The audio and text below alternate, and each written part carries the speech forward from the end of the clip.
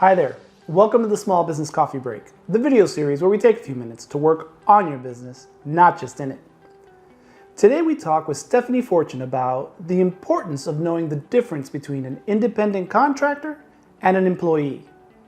Stephanie has over 8 years of experience as a PEO consultant and started her own firm, Fortune Business Consulting, in 2018. So grab a cup of coffee and let's get into it.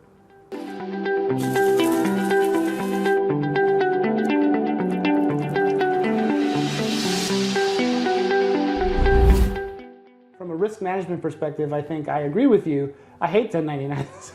It's like people don't quite realize what a mess they make legally. But the reality ends up being that as long as you're clear, you're understanding that there is, and I'm assuming that based on some of our previous conversation, that we may be able to get some guidance as to, hey, this person really shouldn't be 1099. Right.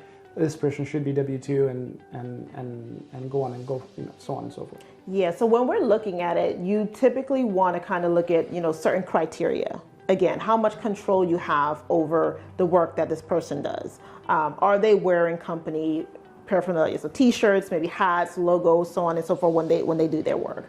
Are they working primarily for you? So maybe 40 hours for you as opposed to maybe 10, 15 hours in a given week or something to that effect. Again, how they perform the task, who provides them certain tools and resources. So are they using company laptops, cell phones, so on and so forth, or are they doing all these things on their own? So when you really kind of begin to break down control, responsibility, so on and so forth, that's when you can kind of a little bit more so differentiate between whether this person is an internal or external employee of the organization.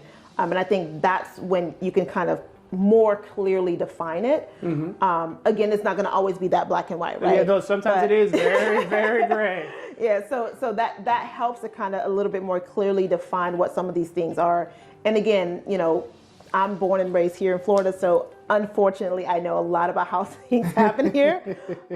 And there are cases where people very much so knowingly have someone as an external staff person or 1099 when they should likely be a W-2, given how much control, the responsibility, so on and so forth, right? And there are other instances where, again, people truly don't know, right? So maybe I'm a new business owner just starting off. I've been working for an organization for several years, and I'm just getting my feet wet. I'm just getting started. Work is coming in sporadically, so I don't necessarily know the demand, and I may not be ready to take on the taxes and so forth that's required to bring on an actual W-2 person, but I'm giving work to this 1099 person and so on and so forth. So I truly may not necessarily know this whole thing exists in terms of properly the distinction, between the two. And so that's why I think, you mentioned in terms of wanting to educate, because for me, knowledge is power. I believe that applied knowledge is power. And so I believe that empowering others is truly my life's mission.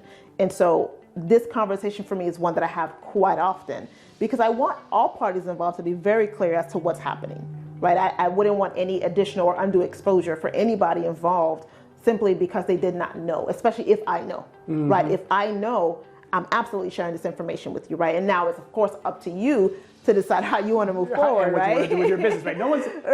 That's the hard part, right? So a lot of times you see that's like, oh, they're telling me how to run my business. It's not really the intent. The intent is more of letting you know what is and isn't as far as the experience of the other side is concerned, and what the pitfalls might be for the the business. At the end of the day, business owners take risk. If they weren't, they wouldn't be business owners. Correct. Let's keep the conversation going. If you have any questions you'd like to ask Stephanie, ask it in the comments, or her contact information is in the description. If you have any questions you'd like me to ask Stephanie or any other professional in their field, my contact information is also in the description, and I'm always available through a direct message. See you next week for another cup of coffee and more questions answered.